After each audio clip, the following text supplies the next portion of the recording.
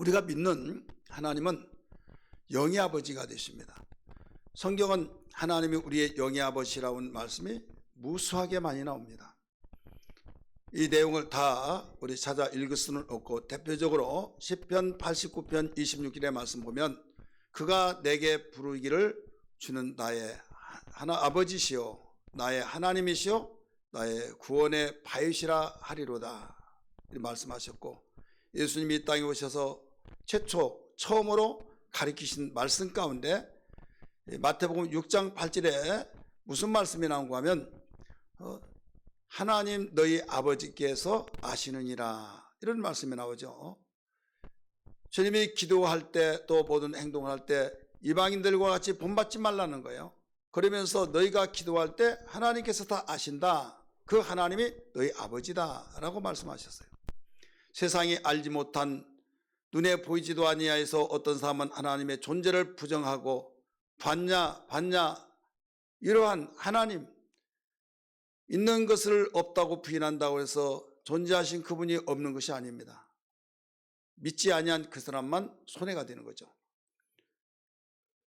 우리 하나님은 영이시기 때문에 볼 수 없으나 이 땅에 아들 예수를 보내주심으로 하나님이 살아계시고 하나님이 존재하신다는 걸 그대로 보여준 거예요.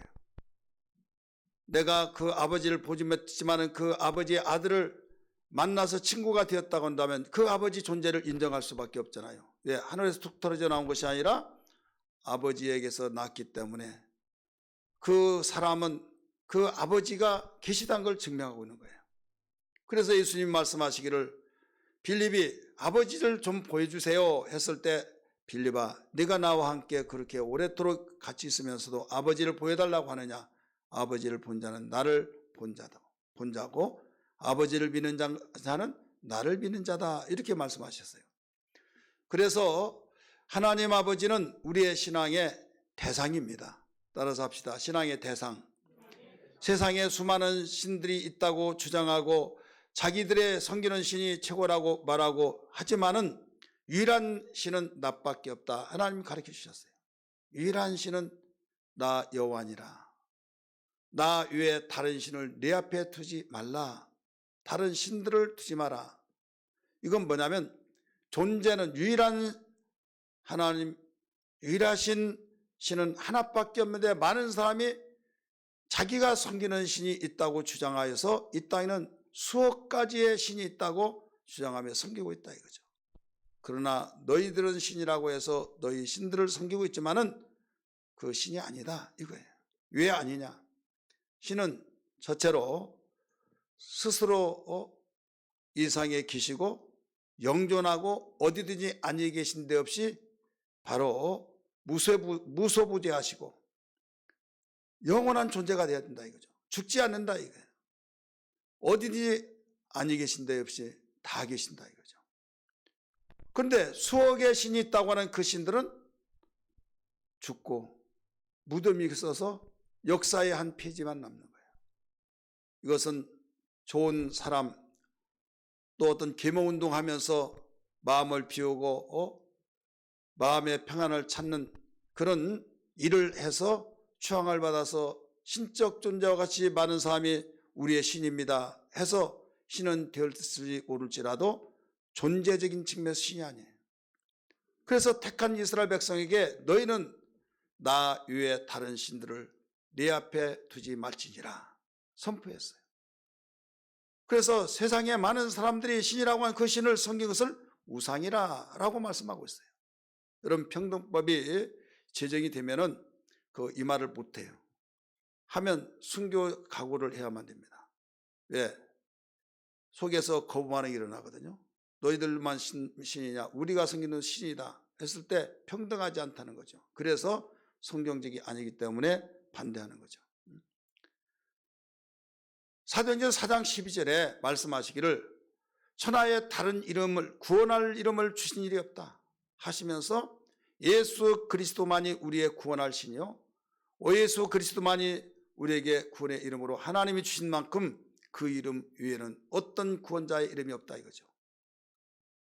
오늘 이 자리에 참석하여 비대면에서 대면에서 예배하는 여러분, 우리가 믿는 하나님은 영원전부터 계셔서 영원까지 계시고, 또 무소부재 여기도 저기도 아니 계신 데 없어서 다윗이 고백하기를 하늘 꼭대기까지 올라간다 할지라도 하나님이 거기 계시고, 바다 끝에 간다 할지라도 거기 계시고, 바위 속에 숨을지라도 거기 계시고, 내가 어디로 가서 하나님의 낯을 피하려고 숨을지라도 하나님이 아니 계신 데가 없기 때문에 숨을 수가 없습니다 라고 시편 139편에서 가르쳐 주셨듯이 바로 영원하신 하나님은 이와 같습니다. 그런데 그분이 나와 어떤 관계가 되느냐, 믿는 자들의 아버지가 되신다 이거죠. 할렐루야. 믿는 자들의 아버지, 하나님 아버지가 당신을 믿는 자녀들에게 보배롭고 존귀한 존재라고 일러주시고 있는 겁니다. 하나님은 세상 만민 가운데서 이스라엘 백성들을 향해서 내가 너희를 택하였다, 내가 세계 모든 여러 민족들이 많이 있지만 그 중에 너희들만을 내가 택하였다 하면서 택한 민족을 선포하셨어요. 아브라함을 택하시고 그 후손들을 통해서 민족을 이루기 위해서 내가 야곱의 기업으로 길러 세상에 으뜸되는 민족으로 높여주겠다 하시면서 율법을 주셨습니다. 종전대로 너희가 살면 복을 받을 수 없다. 그러니 그동안에 너희들이 의존하고 살았던 모든 것을 다 사장시키고 내가 전해준 이 말씀을 가지고 새롭게 살아라 하셔서 이스라엘 백성을 애굽에서 끄집어내시고 홍해를 건너게 하시고, 그동안에 살았던 습관들이 있는지라 하나님이 모세를 시내산에 올라오게 하시고 거기서 율법을 주셨어요.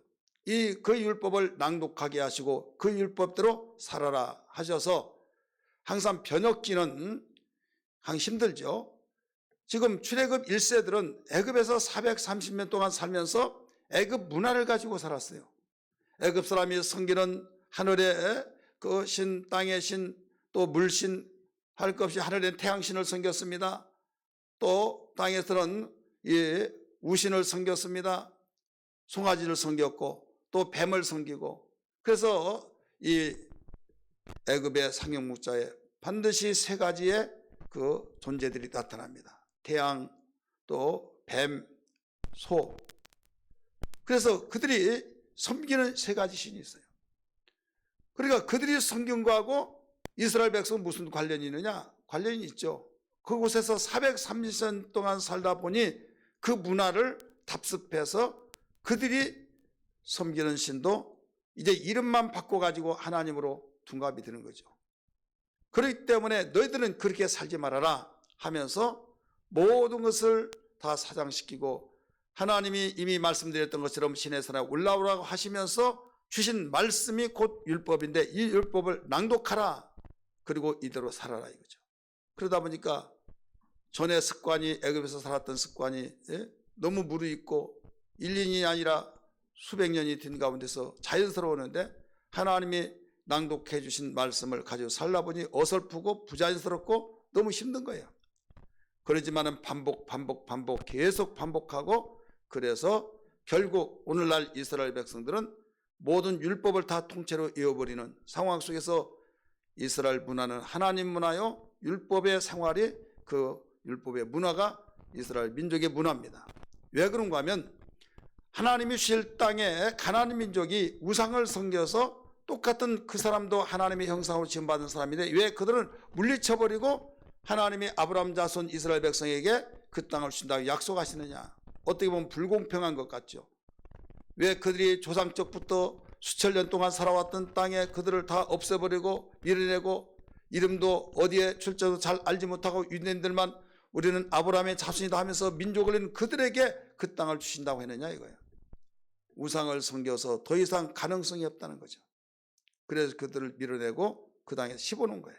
그러면서 이전 있었던 너희의 원주민들처럼 살지 말아라. 그들과 서로 자녀를 주면서 사돈 맺지 말고 아내로 삼지 말고 또 사이로 삼지 말고 그들과 단절하며 살아라 라고 가르쳐 주었어요. 오직 하나님이 말씀하신 율법대로만 살아라. 그러면서 신명기 28장 잘 알잖아요. 율법대로 생활하면 복을 주고 율법을 저버리면 저주를 낼 것이고 하면서 신신당부하면서 저주를 말씀하셨다는 것은 저주를 위한 목적이 아니라 축복을 위해서 경고성을 가르쳐 주고 있는 겁니다. 그래서 이스라엘 백성들이 왕이 나타나서 율법대로 행하면 그 사람이 가문이 어떻든지 간에 많이 배웠든 못 배웠든 할 것 없이 율법대로 행하면 유능한 왕이 되고 백성들이 평안이 되어지고 기근이 없고 환란이 없고 이런 생활을 행복하고 정말 복된 안정권에서 생활을 했어요. 그런데 내가 보니까 이건 아니야. 주변에 강대국들이 많이 있고 그들과 어깨를 같이 따라니 맞춰서 살고 서로 통용하면서 생활해야지 왜 우리가 독선적으로 우리는 왕따 되어지고 고립되어서 생활하냐. 이것은 아니야 해서 좀 머리가 튀었다고 말할 수 있죠. 그런 삶을 우리가 살아야 된다 해서 왕이 그 정책을 펴서 살아갈 때 많은 사람들은 왕에 의해서 움직이시잖아요. 박수를 치며 좋아라고 하는데 그때부터 문제가 또 시작이에요. 어떤 문제냐. 평화협정을 맺고 서로 오손도손하면서 모든 외교정책 속에서 조약을 맺어서 안정권에 들어 잘 살 줄 알았는데 그때부터 한재가 일어나기 시작합니다. 외세 침략이 나타납니다. 화장실 갈 때 나올 때 다르다는 말이 있듯이 그들이 철통같이 돕고 서로 우리가 상호 조약 속에서 협력하며 살자 하는데 나중에 일 터지니까 발 빼버리고 언제 그러냐 하면서 뒤통수 얻어맞는 격이 되어버린다 이거죠. 고스란히 어려움을 당하게 돼요. 이때 선지자들은 외칩니다. 회개하라. 하나님께 돌아오라. 하나님의 말씀을 저버리고 너희들이 이모대로 살려고 그랬다고 하면서 수많은 선지자들이 외치고 하나님께 돌아오라고 하면서 모세가 너희에게 명령을 했던 율법제 그 기록된 대로 돌아오라라고 가르쳐줬어요. 이게 이스라엘 나라의 반복적인 사건입니다. 사사기 시대도 그랬습니다. 열왕기 시대도 그랬습니다. 이 문제는 뭐냐면 하나님의 말씀 들으면 살면 괜찮은데 하나님의 말씀을 들을 때는 그대로 살아야지 하다가 생활전선에 뛰어 들어가면 주변의 강대국 그들 속에서 고립되어진 것 같으니까 두려움이 앞서가지고 그들의 말을 듣지 않으면 안 된다 해서 결국 지도자 왕의 통치 속에서 그대로 살다 보면 괜찮은 것 같은데 문제를 해결할 수 있는 문제가 언습해 온다 이거죠. 대표적인 아합 왕이 그랬잖아요. 수많은 악한 왕들이 이스라엘 왕들이 다 그랬어요. 근데 무능하다고 생각하고 모든 국민의 백성의 여론을 무시한 채 하나님께 돌아와야 된다고 할 때 그 완전히 정말 숙달되어진 가운데서 하나님을 예면한 가운데 하나님께 돌아오라 하니까 돌아오면서 투정을 부리고 심통이 나서 뭐 이러냐 저러냐 하는 가운데 워낙 강한 리더십으로 하나님께 돌아오는 운동을 하다 보니 돌아오는데 그때부터 안 될 것 같은 되어지고 이런 역사들이 반복되어진다 이거죠. 오늘 본문의 말씀은 이사야를 통해서 당시의 상황적으로 볼 때에 가능성이 없는 희망이 없는 상황이었어요. 왜? 선지자들이 외침 속에서 가슴을 치며 회개하고 우리가 범죄했나이다 하면서 돌아와야 하는데 돌아오기는커녕 오히려 잡아 가두고 오히려 예민하고 설교를 할 때 여러분 아멘 아멘 하면서 그 말씀이 생명이 되고 은혜 받았습니다. 주의 뜻대로 내가 살지 못해서 회개합니다. 이렇게 할 때 여러분 그 소망이 보여지지 않습니까? 그러나 말씀을 듣지도 않고 예배 참석하지도 않고 들었는데 왜 이래저래 지금 세상이 어떤 세상에 이래저래 하면서 여러 가지 사이드 속에서 들려오는 소리가 완전히 그분이 목사하고 설교하고 목회해야 할 정도 이런 분위기라고 한다면 소망이 보이겠어요? 안 보이겠어요? 안 보이겠죠. 이스라엘 백성이 그정도다 이거죠. 그래서 실제 이 상황 속에서도 말씀을 전했을 때 그 보는 측면에서도 주변의 상황 강대국들이 어른거리고 계속 집어삼키려고 하는 그 상황, 이때는 이리 보나 저리 보나 어디로 보든지 해결책이 보이지 않는 상황에 있을 때 이사야 선지자가 외친 내용이 이겁니다. 지금 저 북쪽에는 아수르가 어른거리고 있습니다. 남동쪽에서는 바벨론이, 또 남쪽에는 애굽이, 서쪽에는 지중해가 있고 그 가운데 샌드위치 그 속에서 바로 이스라엘 민족이 있는데 그것도 우리나라 강원도만한 땅덩어리요, 또 3분의 1밖에 쓰지 못하는 땅에서 숫자도 13고 살아갈 길이 없다 이거죠. 이런 가운데서 하나님께 돌아오라고 한들 씨알이 몇 개겠느냐 이거예요. 하나님이 원하신 것은 내가 세상에 으뜸되는 민족을 만들어주겠다, 야곱의 기업으로 길러주겠다 하시면서 두려워하지 말라고 하더라도 현실적을 모른다고 하면서 외면하고 있으니 얼마나 답답하냐 이거죠. 이때 하나님은 일러주신 것이 1절, 여러분 상반절을 보세요. 43장 1절, 야곱아 너를 창조하신 여호와께서 뭐라고 그랬습니까? 지금 말씀하시니라. 지금 이런 상황 속에 있을 때 지금 말씀하시느니라. 이스라엘아 너를 지으신 이가 말씀하시느니라. 하나님의 말씀은 모든 삶의 처방책이 된 것을 믿으시길 바랍니다. 인류의 말씀이 된 것을 믿기 바랍니다. 소망의 말씀이 된다는 사실을 믿으시기를 바랍니다. 만약에 우리가 예수 믿으면서 하나님의 말씀에 처방이 되지 못하고 하나님의 말씀에 인도가 되지 못하고 하나님의 말씀이 우리에게 양식이 되지 못한다고 한다면 이건 끝장입니다. 다른 것이 다 무너질지라도 하나님의 말씀이 우리에게 전달되어지고 선포가 되어질 때 그 하나님의 말씀은 살리는 말씀이기 때문에 우리에게 소망이 되지만 말씀이 끊쳐져 버렸다고 하는 것은 끝나는 거예요. 여러분 말라기와 마태복음은 종이 한 장 차이입니다. 우리가 성경적으로 볼 때 찾는 측면에서 보는, 근데 역사적으로 볼 때는 400년이라고 하는 그 공간이 생깁니다. 400년. 왜 400년이 생기느냐? 말라기가 하나님께 돌아와라, 그래야만 하나님이 너에게 돌아가리라 하면서 외쳤어요. 외치고 난 뒤에 말라기의 그 선지자가 외치고 난 뒤에 선지자의 소리가 딱 끊쳐져 버렸어요. 끊쳐지고 회개하라 천국이 가까웠느니라 침례 요한이 말할 말씀을 전했을 때 그 시간 공백이 400년이라 이거죠. 하나님 말씀은 발에 등불이요 빛의 길이라고 하신 것을 기억하시면 아멘 하시길 바랍니다. 하나님 말씀이 발에 등불이요 길의 빛인데 그 빛 대신 말씀이 끊겨져 버리기 때문에 어둠캄캄한 그런 절벽 가운데서 흑암 속에서 생활할 때 하나님 말씀이 끊쳐졌기 때문에 이스라엘 백성들은 방황한 겁니다. 과거에 우리에게 선자들이 전해준 그 말씀이 왜 없는 거 하면서 말을 잘하는 달변가들은 야 우리가 이렇게 살아야 된다 저렇게 살아야 된다 하면 우르르 몰리고 들이 몰리고 여기 길이 있다 여기 빛이 있다 하면 우르르 몰리면서 혼탁되어진 가운데서 하나님 말씀이 끊쳐진 400년 아모렉의 시대라고 말합니다.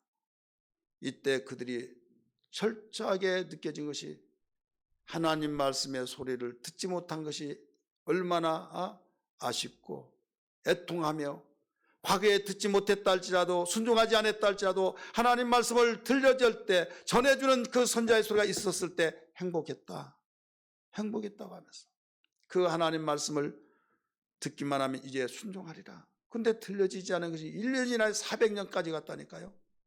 그러다 보니까 말지 않은 사람들에 의해서 설득력이 있잖아요. 이때 이단의 종파들이 생긴 거예요. 에스덴파, 사두개파, 바리새파, 수많은 파들이 생기면서 거기에 그들이 주장한 것이 예를 들어서 사두개인들은 하나님 잘 섬겨야 된다 하는데 내세도 부정하고 천사도 부정하고 현세에서만 우리가 평안하게 잘 살면 된다. 이게 사두개파예요. 자기들의 생각에 옳다 이런 것이다 하면서 설득하다 보니까 빛이 없으니까 우르르 몰려서 그 소리를 듣다 보니 여기에 무리들이 생긴 이단 종파들이 생겼다 이거죠. 여러분 우리는 믿는 사람으로서 하나님의 말씀이 들려진 것이 얼마나 큰 축복인가를 알아야 될 줄 믿기 바랍니다.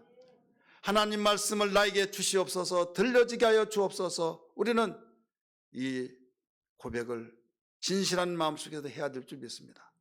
지금은 선지자의 소리가 있다 할지라도 여러분 주의 종들이 교회에서 복음을 증거할 때 얼마든지 듣고 싶고 듣고 또 사이드를 통해서 듣고 여러분 수없이 들려질 수 있어 들려지고 전해지고 듣고 하지만은 어느 날 순간부터 들려질 수 없는 시대가 온다. 여러분 상상 좀 해보셨습니까? 설마 뭐 들려지지 않을 수 있으랴. 요사이 같이 바로 방송 매체를 통해서 얼마든지 들을 수 있는데 왜 들을 수 없어? 여러분 예언서대로 말한다면 요한계시록의 말씀 들려본다면 빌려서 본다면 듣지 못할 때가 반드시 옵니다. 우리는 그때를 생각해 볼 때 지금 교회 나와서 하나님 말씀을 듣고 성경을 읽을 수도 있고 정말 어떤 상황 속에서 하나님 말씀을 우리 접하면서 그 말씀을 들을 수 있는 이것이 얼마나 큰 축복이고 얼마나 감사한 귀한 시간이라는 걸 알아야 될 줄 믿기 바랍니다. 이것을 우리가 아는 것과 모르는 것은 하늘과 땅 차이에 우리의 신앙의 변화가 나타날 거예요. 말씀의 귀중성을 알고 정말 사모한 사람에게는 생명이 풍성하지만은 하나님 말씀을 저버리고 내 임의대로 산다고 한다면 생명이 풍성했던 것이 서서히 쇠퇴감을 통해서 결국 숨을 멈출 수밖에 없듯이 결국 영적 기갈이 되어서 죽고 말게 될 것입니다. 그래서 시간마다 하나님 말씀 듣기 전에 기도하고 그 전부터도 기도하고 또 여러분 하나님 말씀 예배할 때 하나님 나에게 말씀 들려지게 하여 주옵소서. 지금 말씀하신 말씀을 듣게 하여 주옵소서. 우리는 애통하며 기도해야 될 줄 믿습니다. 우리 찬양 우리 찬송 부르겠습니다. 주 하나님 독생자의 수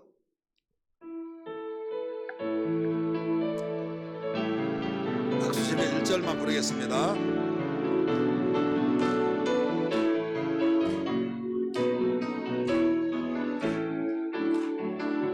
주 하나님 독생자 예수 날 위하여 오시었네. 내 모든 죄 용시고 죽음에서 부활하신 나의 영세주 살아계신 주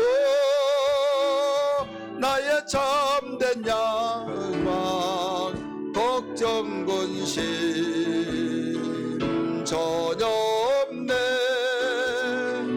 사랑의 주네 갈 길은 너하니 내 모든 삶의 기쁨 늘 충만하 살아계신 주 살아계신 주 나의 참된 소망 걱정 근심 전혀 없네. 사랑의 주네 갈 길은 너하니 내 모든 삶의 기쁨 늘 충만하네. 아멘.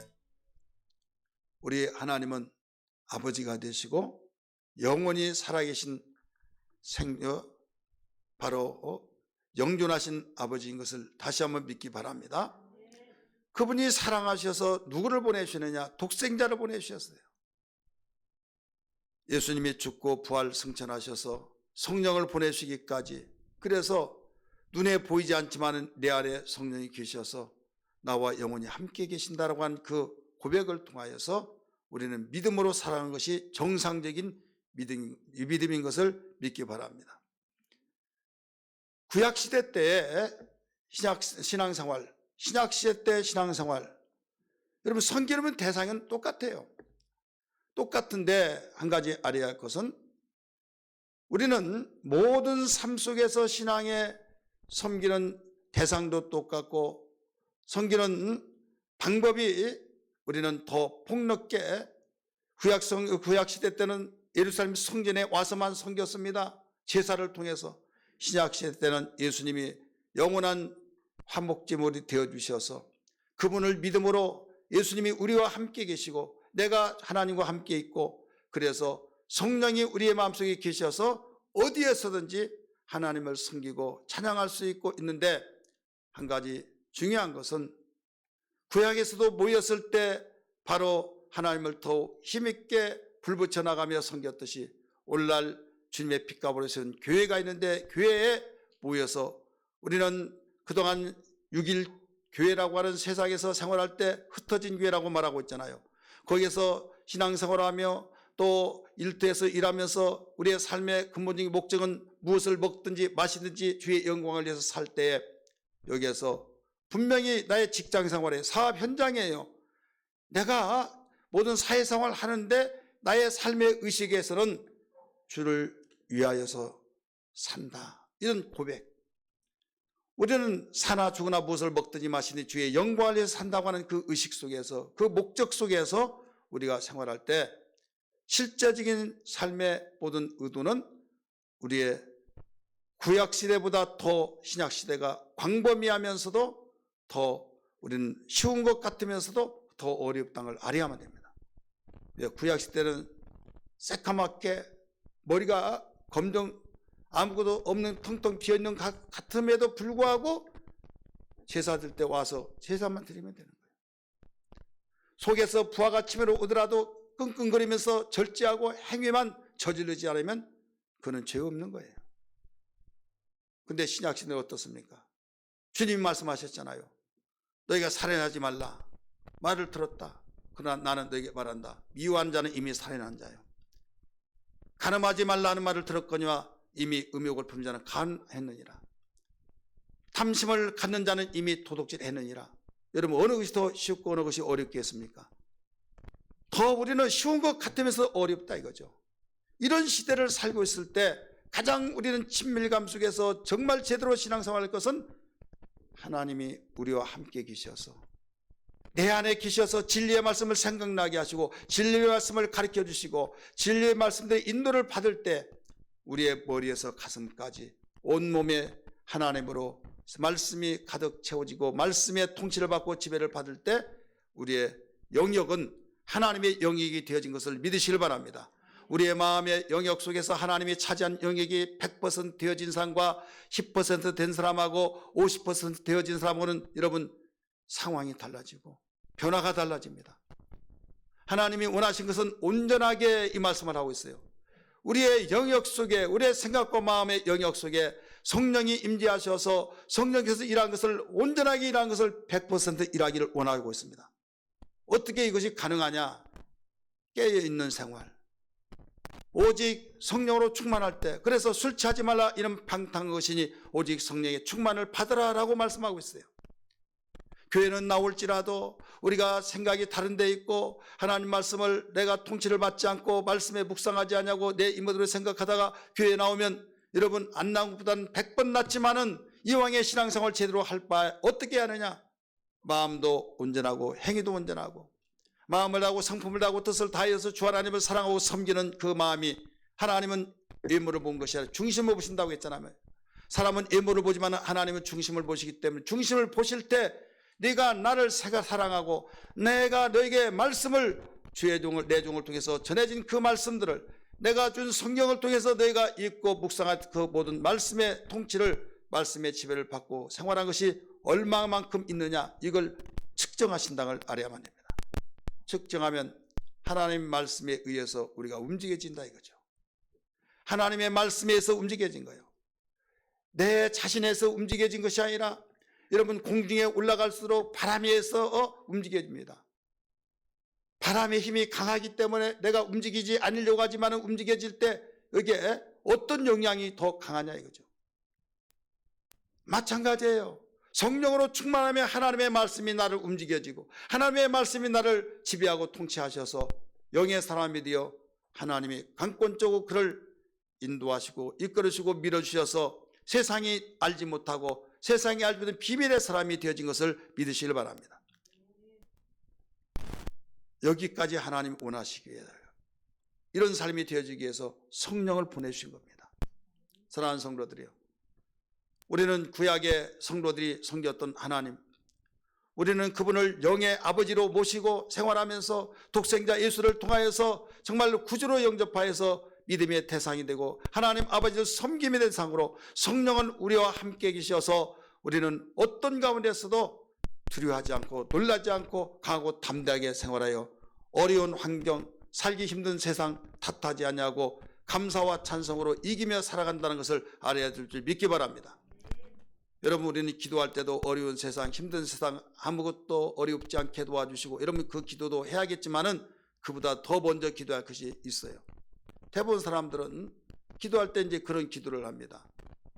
코로나 종식되게 해주시고 하나님 어려움을 얻게 해주시고 그거 기도가 잘못됐던 거 아니에요. 그러면 없을 때까지 가만히 있어야겠느냐 이거예요. 없을 때까지 계속적으로 우리는 두물묵찰하고 있어야겠느냐? 아니에요. 있으면 있는 대로 없으면 없는 대로 모든 걸 우리는 헤치고 나갈 수 있는 사람. 왜? 우리는 할 수 없지만 하나님이 함께 하실 때 능하지 못함이 없는 걸 믿으시길 바랍니다. 우리의 영역은 여기까지, 더 이상 우리의 영역 나갈 수가 없어요.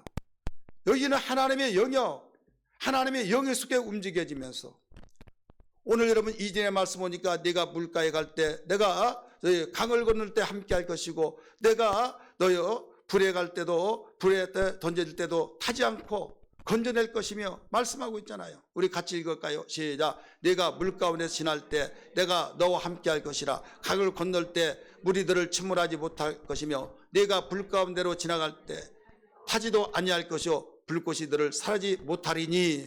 아멘. 우리는 구조, 생각에서 잘못된 부분들이 너무나 많습니다. 그러니까 어떤 하나님 뜻대로 살겠습니다, 사나 죽으나 무엇을 먹든지 마시되 주를 위해서 살겠습니다 하다가도 어려운 바람 한번 부르면 주여 해버리고 나 죽겠습니다. 거기까지는 우리의 속성이에요. 호랑이가 물어가도 정신을 차리라고 했잖아요. 바람이 불 때 여러분 느끼지 못하는 죽은 사람이에요. 어려움을 당할 때 주여 내가 죽게 된다 해도 거기까지는 우리에게 얼마든지 할 수 있어요. 해야만 돼요. 하지 말라고 나와요. 근데 이때 주여 할 때 달리고 싶지만 빨간불이 켜졌을 때 멈출 수밖에 없듯이, 나는 지금 뛰쳐가고 싶지만 안 된다, 멈출 수밖에 없듯이 주여 하면서 내가 어떤 사람이냐, 하나님이 나의 영의 아버지시고 나에게 약속하신 뭐냐 하면서 우리는 믿음의 사람으로 우리 자세를 취해야 된다 이 말씀입니다. 믿음의 자세를 취하면서 다른 사람과 똑같이 생활하면 믿음의 사람이 아니에요. 믿음의 사람은 믿음의 사람답게 구별된 자예요. 여러분 이 소리를 듣기에 거북해서 정말로 이게 뭐야 할 수도 있겠지만 하나님은 이걸 원하시고 있는 거예요.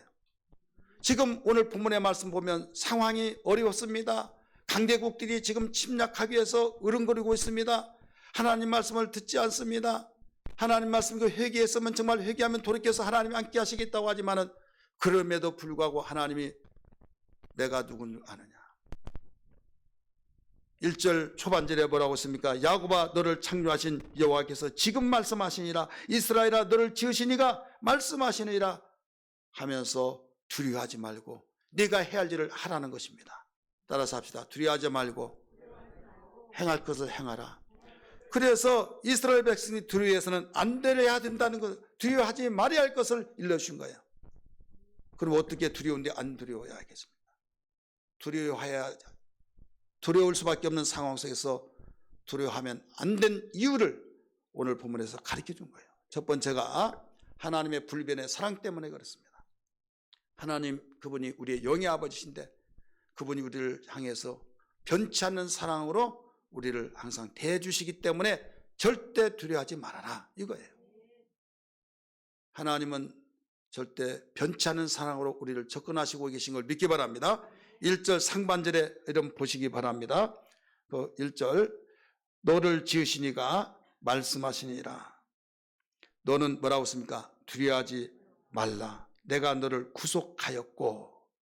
하나님의 사랑이 말을 잘 들어서가 아니라 이쁜 짓을 해서가 아니라 그렇게 말씀을 선지자의 소리를 예면하고 그렇게 하나님 말씀을 등졌다 할지라도 내가 아브라함에게 약속했고 내가 너를 택했다고 말했기 때문에 나는 내 아버지가 되기 때문에 내가 너희는 나를 너희는 편해서 나를 저버리고 등 돌린다 할지라도 나는 너희를 그래도 사랑한다. 이게 아버지예요. 따라합시다. 아버지는 책임지는 것이다. 책임지는 아버지예요. 히브리 백성들이 아버지의 그 의미와 우리들이 생각하는 아버지의 의미는 달라요. 낳아놓기만 하면 뭔 필요냐, 자식을 그대로 방치해 둔 것이 아버지냐 하고 그러잖아요. 그렇습니다. 이것은 히브리 사상이에요. 그래서 40년 만에 나타나서 내가 네 아버지다. 아저씨가 어찌 내 아버지예요? 내가 너를 낳았다. 그러면 알지도 못하고 죽었다고 했는데 나중에 알고 봤더니 나누기만 하고 아무 관심이 도망가 버리고 어느 날 아들이 잘 됐다고 해서 와서 돈 달라고 하고, 이게 아버지냐? 그래도 우리 한국적인 정서로 보면 아버지예요. 하나님이 가르쳐준 아버지는요, 책임진다는 거예요. 절대적 책임지고 어떤 가운데 자기 자녀를 사랑한다는 거예요. 하나님이 우리 아버지라는 것은 그 의미가 담겨 있는 거예요. 너희가 미워서, 너희가 말을 듣지 않더라도 내가 책임진다, 이거예요. 지금 말씀하시고 있다는 걸 믿기 바랍니다. 그래서 여기에서 내가 너희를 구속하였고 가르쳐 줬잖아요. 두려워하지 말라 말씀하셨어요. 왜? 내가 너희 아버지니까. 지금은 상황적으로 이미 말씀드렸잖아요. 두려운 상황이 있기 때문에 두려워하지 말라는 거예요. 내가 너를 구속하였고. 자, 구속이란 두 글자. 우리는 예수님이 나를 위해서 대신 십자가에 못 박혀 죽으셨고 구속하시고 이런 정도만 알고 있잖아요. 그렇습니다. 근데 히브리 말에 이 구속이란 무슨 뜻이냐? 이 깔이란 말인데, 깔이란 그 의미는 네 가지가 있어요. 깔. 여러분이 눕기를 읽어보고 보면 거기서 많은 이해를 깨닫게 될 거예요. 보아스라는 사람이 있잖아요. 지금 룻이라고 한 사람은 나오미와 함께, 시어머니와 함께 왔어요. 그 가정에 자기 남편들이 다 죽었어요. 나오미의 남편 죽었습니다. 두 아들이 죽었습니다. 큰 베드리는 가라오에서 고국을 갖고, 이 룻이 시어머니의 하나님이 나의 하나님이라고 하면서 끝까지 따라왔잖아요. 근데 이제는 유산을, 기업을 이어받을 것도 물려줄 것도 없어요. 이때 보아스로 농사진 대로 가라고 그랬잖아요. 나중에 그가 누구란 걸 알고 책임져야 할 의무가 있다 이거죠. 왜 책임을 져야 합니까? 율법에 그렇게 나와 있어요. 깔. 그가 재산에 대해서 내가 없다 할지라도 그를 물려줄 수 있는, 해결해 줄 수 있는 그 사람이, 그것이 바로 구속이에요. 깔이에요. 지금 보아스가 자기가 취하려고 책임을 지려고 하는데 나보다 더 가까운 친족이 있으니 그에게 물어봐서 그가 예면하면 내가 너에게 너를 책임지겠다 말씀하고 있잖아요. 그래서 이 깔이라고 하는 구속은 물질적으로도, 또 대를 잇는데도, 노예가 되었을 때도, 다시 신인일 찾아왔을 때도, 더 나아가서 가족이 어떤 억울한 일을 당해서 살해된 가운데 있을지라도 원한을 풀어준 일도, 어떤 일에서도 바로 깔 구속의 책임이 있는 것이 이스라엘 가족 사상이에요. 그래, 하나님이 우리를 아들로 삼으시고 하나님이 아버지가 되셔서 네가 어떤 이경 속에 있을지라도 내가 너를 책임진다, 내가 너를 구속하였고, 이 말씀을 가르쳐 준 거예요. 구속하여, 이 구속의 의미를 여러분 아는 사람과 알지 못한 사람, 그 의미는 어마어마합니다. 그냥 단순히 예수님 나를 구속하셔서 단어를 외우는 식으로서 이해하지 말고요, 깔이라고 하는 그 의미를 안다고 한다면 여러분 어마어마한 구속 한 글자만, 한 단어만 가지고도 우리에게 소망이 있고 위로가 있고 우리 마음속에 평강이 있다는 걸 알아야 될 줄 믿기 바랍니다. 그래서 구속의 의미 크게 두 가지 본다면 뭐냐면, 이 깔의 의미, 공동체 같이 생활하는 것이 아니라, 해결해 준 것이 아니라 단 한 사람이 그 책임을 지는 거예요. 한번 따라합시다. 공동체 여러 사람이 힘을 모아가지고 한 것이 아니라 단 한 사람이 책임을 진다, 이거예요. 보아스도 있습니다. 또 보아스보다 더 가까운 사람이 있잖아요. 우리 합해서, 힘을 합해서 합시다, 그게 아니에요. 가장 가까운 사람이, 그 한 사람이 그 구속에 책임을 진다 이 말입니다. 할렐루야. 여러분, 하나님이 우리 아버지예요. 아버지보다 더 가까운 자 있어요? 없지요. 그래, 하나님이 책임지신다 이거예요. 그래서 우리는 두려워할 이유가 없는 겁니다. 믿으시면 아멘 하십시다. 그 다음에 모든 것을 완전하게 책임진다, 도와주되 끝까지, 내가 한 번으로 끝나버린 것이 아니라 또 그 사람이 관계가 있는 이상 끝까지 책임을 주신다 이거죠. 한번 따라합시다. 도와주되 끝까지 완전하게 책임을 진다. 이게 구속이에요. 지금 말씀하시니라. 이스라엘아, 내가 지금 너에게 말한다. 두려워하지 말아라. 내가 너를 구속하였고. 이 말씀이에요. 그래 우리는 어려운 역경 속에 있을지라도 두려워하지 않기를 주의 이름으로 축원합니다. 두 번째, 우리는 하나님의 소유로 삼아주셨기 때문에 두려워하지 말라고 가르쳐 준 거예요. 하반절에 이어서 말씀 봅니다. 같이 읽습니다. 내가 너를 지명하여 불렀나니 너는 내 것이라. 내가 너를 지명하여 불렀나니. 아무개 딱 지명하면서 불렀다 이거죠. 너는 내 것이야 이거예요. 자, 절대자의 것이 된다는 것은 영광이죠. 사람은 물건이 아닙니다. 그럼에도 너는 내 것이야. 사랑하는 사람으로부터 너는 내 것이 하면 기분 나쁘지 않고 좋아가지고. 여러분, 내가 개인을 사랑할 때 개인적으로 저가 나를 사랑한다고 할 때 내 것이라고 할 때 기분 나쁘지 않은데, 영광의 왕이 되시고 만주의 주가 되시고 여러분 영존하신 하나님이 우리를 지명해서 너는 내 것이라고 말했을 때 여러분 얼마나 영광스럽습니까? 힘이 없는 자가 아니라 여러분 전지전능하시고 만주의 주가 되신 그분이 나의 하나님 아버지가 되신 뿐만 아니라 나를 불러서 지명했다 이거죠. 여러분 이것이 믿음이요, 믿음의 고백 속에서 살아가는 것이 믿음의 행위입니다.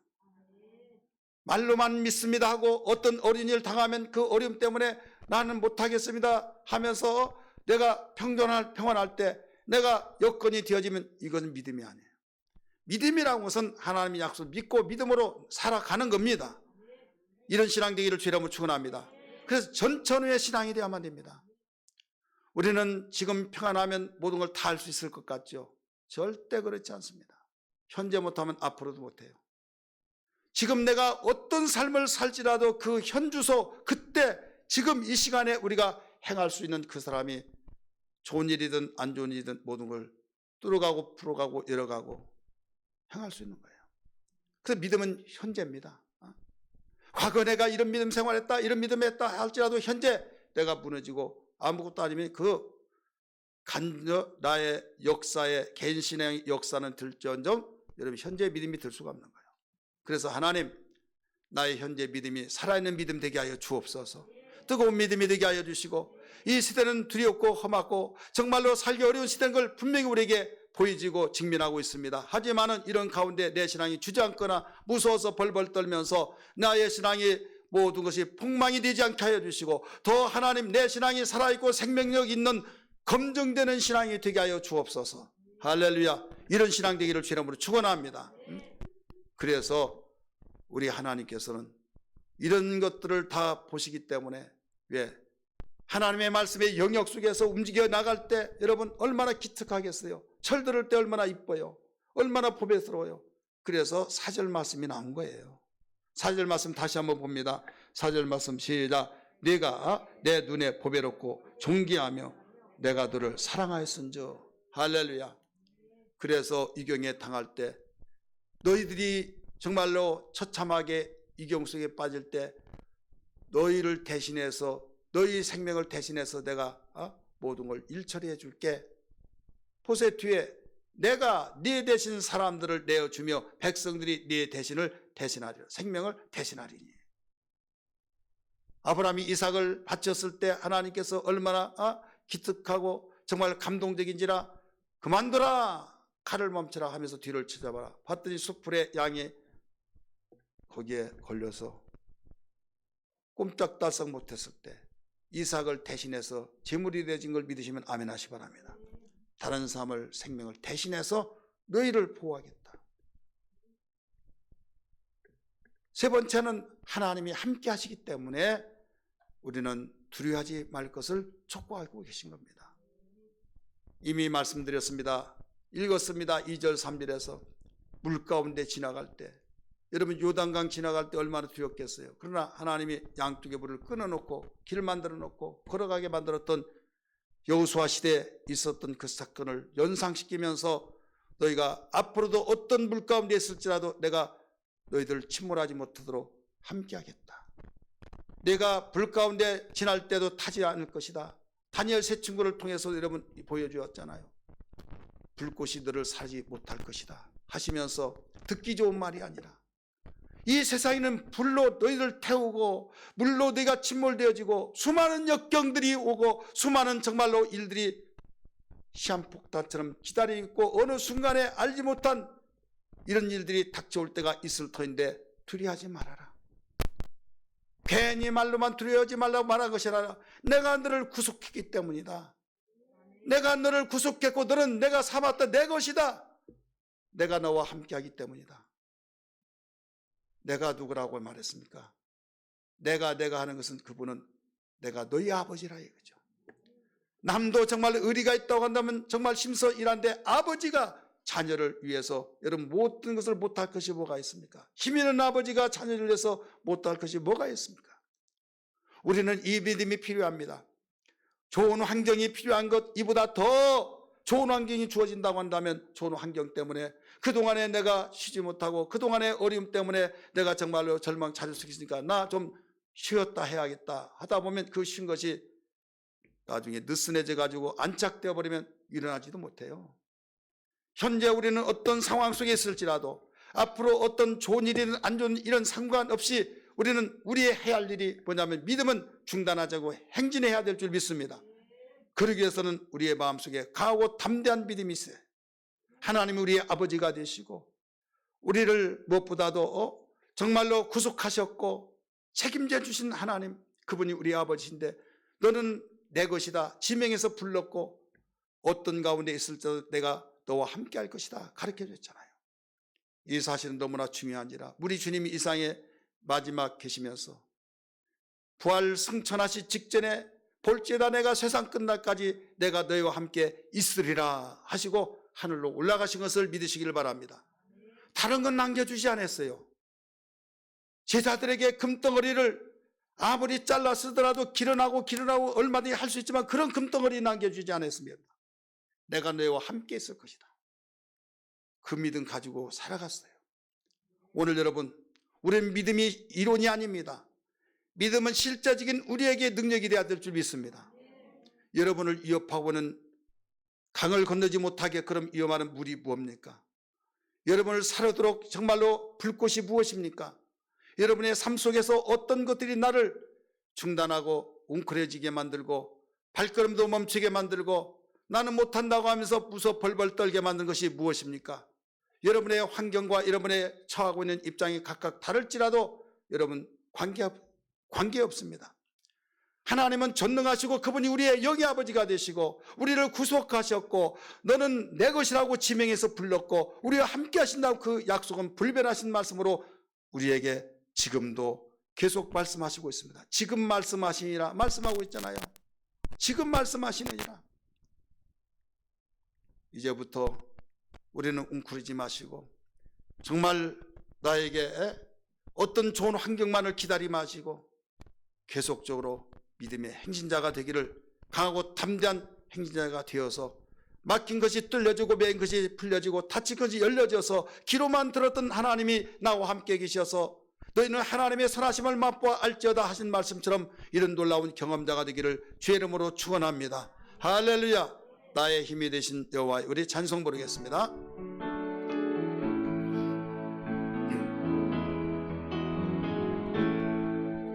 나의 힘이 되신 여호와여 내가 주님을 사랑합니다.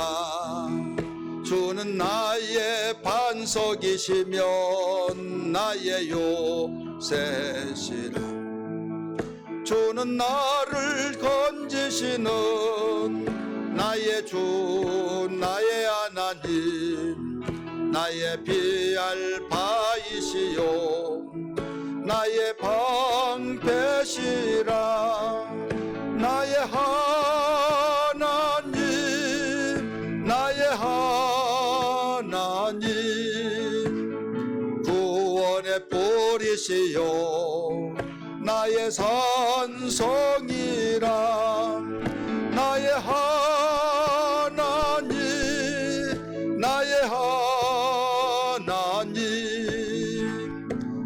주는 나의 여호와 나의 구세주 나의 생명 되신 여호와여 내가 주님을 사랑합니다. 주는 나의 사랑이시며 나의 의지시라.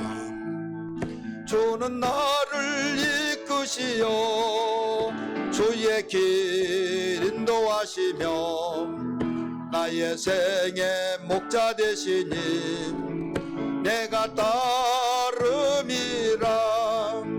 나의 하나님 나의 하나님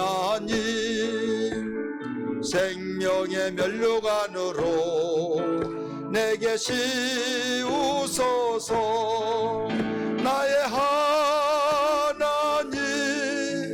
나의 하나님 그는 나의 여호와 나의 하나님. 우리 손들고 부르겠습니다. 나의 하나님 나의 하나님 그는 나의 여호와 나의 구세주. 우리 같이 기도합니다. 주님, 세상은 너무 힘든 상황 속에 우리의 육신의 눈으로 볼 때, 판단을 볼 때 가능성이 없고 불안전한 가운데서 어이할고 할 수밖에 없는 상황에 치닫는 이 현 주소 속에 여호와께서 지금 말씀하시느니라 말씀하시며 우리에게 일러주시기를 너를 지으신 이가 말씀하신다고 말씀하시며 위로와 소망을 주신 주님 감사합니다. 주여, 하나님이 우리의 영의 아버지시기 때문에 우리를 구속하셨고 지명하여 내 것이라고 말씀하셨고 네가 어디에서든지 내가 함께할 것이니 강하고 담대하게 믿음으로 살거라 말씀하셔서 믿음으로 살아가는 능력 되게 하여 주옵소서. 같이 기도합니다. 주여 주여 주여. 하나님 아버지 기도합니다. 하나님 아버지, 저희들에게 하나님 어려운 상황을 아시고 두려워하지 말라고 하시며 하나님 아버지, 저희들에게 주님 무엇보다 내가 너를 구속하였다고 말씀하시며 하나님 지명하여 내가 너를 불렀다고 하며 내 것이라고 하시며 아버지 우리와 함께 계신다고 하며 강하고 담대할 것을 촉구하시면서 보배롭고 존귀한 자로 우리를 아버지여 높여 세워주시고 자존감 없는 자가 아니라 자존감 가지고 힘있게 세상을 승리하며 살 것을 촉구하신 하나님의 말씀을 들었습니다. 하나님 아버지, 이 믿음이 우리를 살리고 우리의 마음을 살리고 우리의 생각을 살리고 어려운 가운데서 돌파해 나가며 하나님 한 발자국 한 발자국 승리의 삶을 살게 도와주시기를 원합니다. 거룩하신 아버지 감사합니다. 하나님 아버지 말씀이 생명되고 능력되어서 어떤 가운데서도 주여 승리자가 다 되게 하여 주옵소서. 일하여 주시기를 원합니다. 붙들어 주옵소서. 우리 가슴에 손을 얹습니다. 예수님 감사합니다. 지금 하나님이 우리 아버지께서 말씀하셨고 또 절망과 좌절 속에 해답이 없을 때 너를 지으신 이가 말씀하셨다고 하며 우리에게 침체하지 말고 강하고 담대하게 두려워하지 말고 살아갈 것을 촉구하신 하나님 말씀을 들었습니다. 감사합니다. 주여, 우리 무엇보다도 구속하였고 지명하여 불러 내 것이라고 하시며 내가 함께 하겠다고 하신 이 말씀으로 우리 소망 갖게 하여 주옵소서. 위로받게 하여 주옵소서. 절망의 늪에서 빠져나오고 우리 허버적거리고는 우리를 건져내 주셔서 어떤 가운데서 생각이 마음이 변화되어 힘있게 전진해 나가는 믿음의 삶이 되게 하여 주옵소서. 현재 우리는 코로나 전국 속에서 끊임없이 주님 여러 가지 더 심해지고 험악하여서 저희들을 위협하고 있고 마음도 답답하고 두려움도 느끼는 이 시대에 하나님, 이것뿐만 아니라 앞으로 어떤 시대가 올지 아무도 모릅니다. 하나님, 더 좋은 일이 있을 수도 있지만 더 안 좋은 일도 있을 수 있고 하나님만이 알 수 있는데 저희들 이럴 때일수록 근신하여 하나님이 우리를 사랑하시고 하나님이 우리에게 전능자로서의 아버지가 되시니 강하고 담대한 오늘 말씀이 생명이 되고 능력되어서 세상을 이기며 살게 하여 주시옵소서.